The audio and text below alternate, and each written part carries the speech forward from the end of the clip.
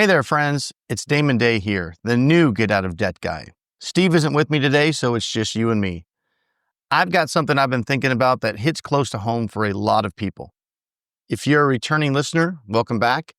You already know we don't do shame here. We do real talk, real solutions, and hopefully a few laughs along the way. And if this is your first time tuning in, make sure you follow the show. If you feel so inclined, boop that like button to give the show a little love. It helps more folks find their way here. And hey, if you got a question or a story to share, you can always reach me at damonday.com. Now let's dig into today's topic, something that sounds simple, but rarely is. You'd think talking about money would be easy. It's just numbers, right? Add some up, subtract a few out, move on. But here's the truth I've seen again and again. Money discussions are where logic goes to die and emotions come out swinging. Over my many years working with people in debt, I've seen plenty of situations that could have been solved early on if only the people involved could actually talk about money. Not argue, not avoid, just talk. But those discussions didn't happen. Why? Because life is complicated, debt is stressful, and most of us were never taught how to talk about money without blowing things up. So here's the kicker. Money talks usually aren't about money. They're about what money represents: safety, control, independence, validation, fear. Let me tell you about a couple I worked with, Jason and Tara. They'd been together for 15 years, 2 kids, decent income. But they couldn't talk about finances without it veering into World War III. Jason grew up poor, like lights getting shut off kind of poor. So to him, saving is survival. Tara grew up watching her dad fake wealth and rack up debt trying to look successful. To her, honesty about money was everything. Now, imagine those two trying to decide whether to put a vacation on a credit card. It wasn't about the trip, it was about their emotional wiring. And unless you unpack that wiring, money talks will keep turning into minefields. Let's be honest. If money conversations make you feel anxious, angry, or mistrustful, you're not alone. That's just normal. What's not helpful is blaming yourself for it. Most of the time, these emotions come from unspoken expectations, childhood scripts, or even trauma. Sometimes we fear being judged. Sometimes we're scared we'll lose control. Sometimes we're just tired of carrying the load alone.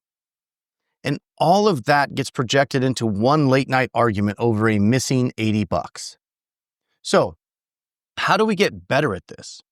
Here are 4 things I've seen actually work. Number 1, start from curiosity, not accusation. Instead of, why did you spend that? Try, hey, can you talk me through what that meant for you? Number 2, tell your money story. Talk about your past. What shaped how you see money today? What are you scared of? What are you hoping for? Number 3, time it right. Don't have big money talks right after work or mid-fight. Pick a calm moment, maybe even set a reoccurring money date so it's expected and safe. Number 4, keep it future-focused. Instead of just rehashing the past, ask, how can we make our money serve the life we want going forward? Because that's the goal, right? Not just survive, to build something better. Let's zoom out for a second. We all want to feel secure, respected, and in control. But money touches every part of that. So when money discussions go sideways, it's not personal failure. It's a sign there's something deeper worth exploring. You're not broken. Your relationship's not doomed. You might just need a different conversation. And here's the hopeful part. You can learn how. So let me leave you with this.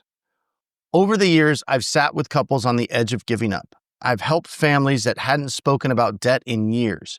And I've seen people find their way back. Not just to solvency, but to peace. Because they finally stopped avoiding the conversation. So wherever you're starting from, know this. You're not alone. And it's never too late to start having better money discussions. Life's complicated, debt is stressful, but we can make the road ahead simpler, better, and happier together.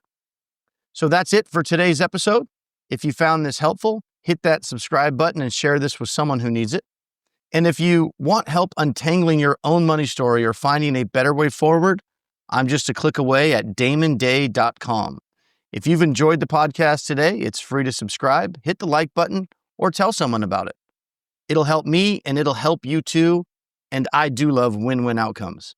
And when you hit that like button, it tells the algorithm that, hey, this is worth listening to, and that helps more folks find their way here. Until next time, peace. Got a money question keeping you up at night? Well, don't just Google it. Get real answers from real people who actually know what they're talking about. Head to getoutofdebt.org/podcast to ask your question, and you might hear it on an upcoming episode. But hey, if you'd rather keep it private, Damon Day has your back. Visit DAMONDAY.com because getting out of debt is easier with the right help. That's getoutofdebt.org/podcast, where smart money questions lead to smarter money moves.